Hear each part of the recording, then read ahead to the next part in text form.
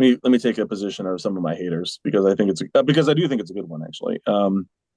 If biomechanics labs and motion capture and StatCast and all this stuff was good for pitching, then why are Tommy John surgeries and surgeries going up at a higher and higher rate than they ever have, right? Okay, whether that's true or not, I think that it might not actually be true that elbow surgeries are going up, but certainly there's a lot of them, right? They haven't gone down, like we can say that. And you can point to things like, well, what strength and conditioning and modern strength and conditioning and labs have done a good job of is like how many shoulder injuries do you hear of these days? And the answer is like quite few. There's very few shoulder but back when I was growing up, shoulder injuries were at least as common as elbow injuries and probably more common, that really ruin people's lives.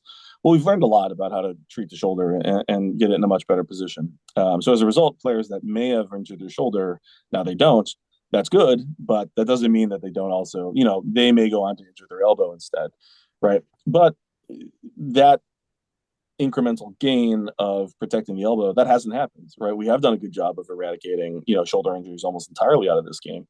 But like elbow injuries seem to be very difficult to solve. So if it were the case that these motion capture labs and biomechanics labs and the stuff we're working on could impact elbow injuries in a positive way, it hasn't happened yet.